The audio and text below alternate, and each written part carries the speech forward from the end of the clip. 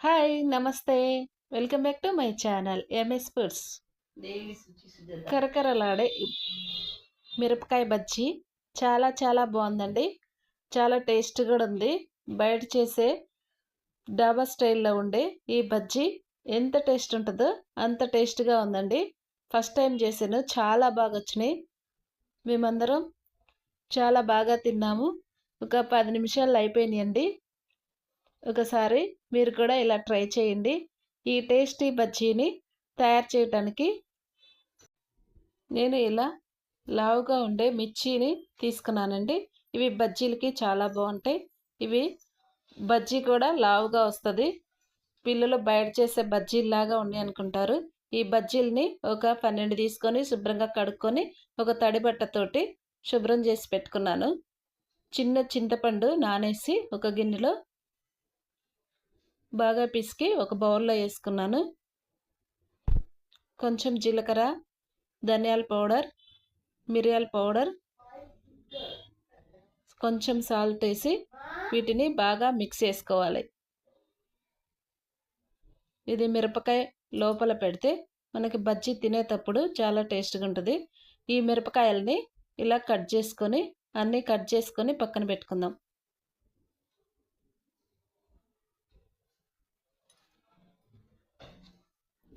సన్న మిరపకాయలు అయితే కారం కొంచెం ఎక్కువ ఉంటుంది. ఇలా పెద్ద మిర్చి అయితే ఇందులో కారం ఉండదండి. మిరపకాయ కూడా తినేలాగా బాగుంటుంది. ఈ మిశ్రమాన్ని తయారు చేసి పెట్టుకున్న మిశ్రమాన్ని ఇందులో కొంచెం కొంచెం అన్నిట్లో పెట్టేసుకోవాలి. కొంచెం సరిపోతుందండి. ఇలా పెట్టేసుకోవాలి.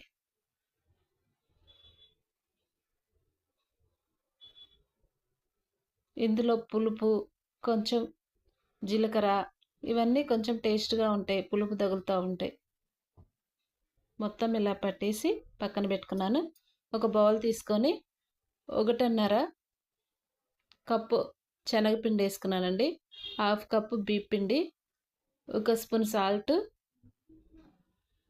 వాము ఒక స్పూన్ తీసుకొని ఇలా నలిపేసుకొని ఇందులో వేసుకోవాలి. ఒక స్పూన్ కారం, హాఫ్ స్పూన్ పసుపు, చిటికెడు వంట సోడా వేసి వీటిని బాగా మిక్స్ చేసుకోవాలి. ఇందులో మీకు కావాలంటే కొంచెం వేడి నూనె వేసుకుంటే బజ్జీ బాగా వస్తుందంట. మీకు కావాలంటే వేసుకోండి. నేనైతే వేయలేదు. ఇప్పుడు వాటర్ కొంచెం కొంచెం పోసుకుంటూ వీటిని ఉండలు లేకుండా బాగా మిక్స్ చేసుకోవాలి. ఈ పిండి కలిపే దాంట్లోనే ఉంటుందండి బజ్జీ టేస్ట్.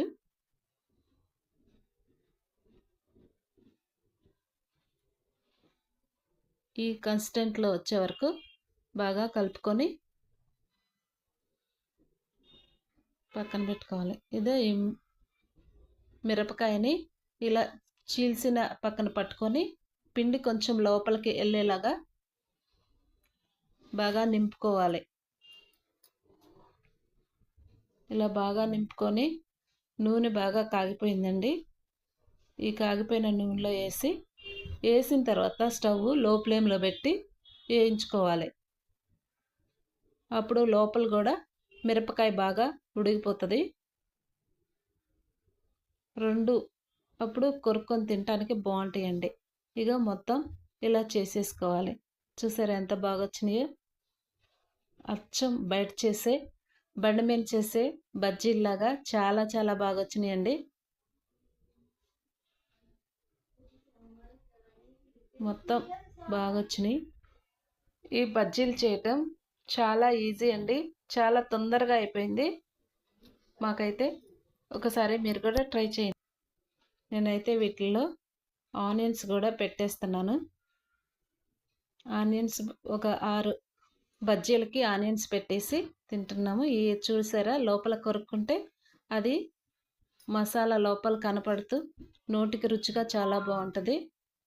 ఈ ఆనియన్స్ మధ్యలో ఇలా కట్ చేసి ఆనియన్స్ సన్నగా కట్ చేసి పెట్టుకున్నాను. ఆనియన్స్, కొత్తిమీర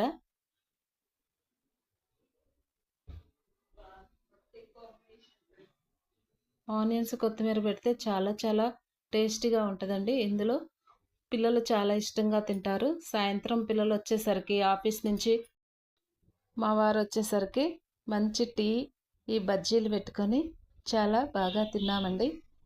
చాలా బాగా వచ్చినాయి. మీరు కూడా ఎప్పుడైనా ఇలా ట్రై చేయకపోతే ఒకసారి ట్రై చేసి చూడండి. చాలా చాలా బాగున్నాయి. బజ్జీలు బయట ఆయిల్ మంచిదేయకుండా వేరే ఆయిల్‌లో ఏస్తారు. మనం ఇంట్లోనే ఫ్రెష్ ఆయిల్ తోటి ఇలా చేసుకుంటే చాలా మంచిదండి. హెల్త్‌కి కూడా మంచిది. ఈ ఆనియన్స్ పెట్టడం వల్ల. ఆనియన్స్ పెట్టుకొని తప్పకుండా టేస్ట్ చూడండి. చాలా బావుంటది. కొత్తగా చూసేవాళ్ళు నా ఛానల్‌ని సబ్స్క్రైబ్ చేసుకోండి. గంట సింబల్ కొట్టడం మర్చిపోకండి. మీ ఫ్రెండ్స్‌కి షేర్ చేయండి. లైక్ కొట్టడం మర్చిపోకండి.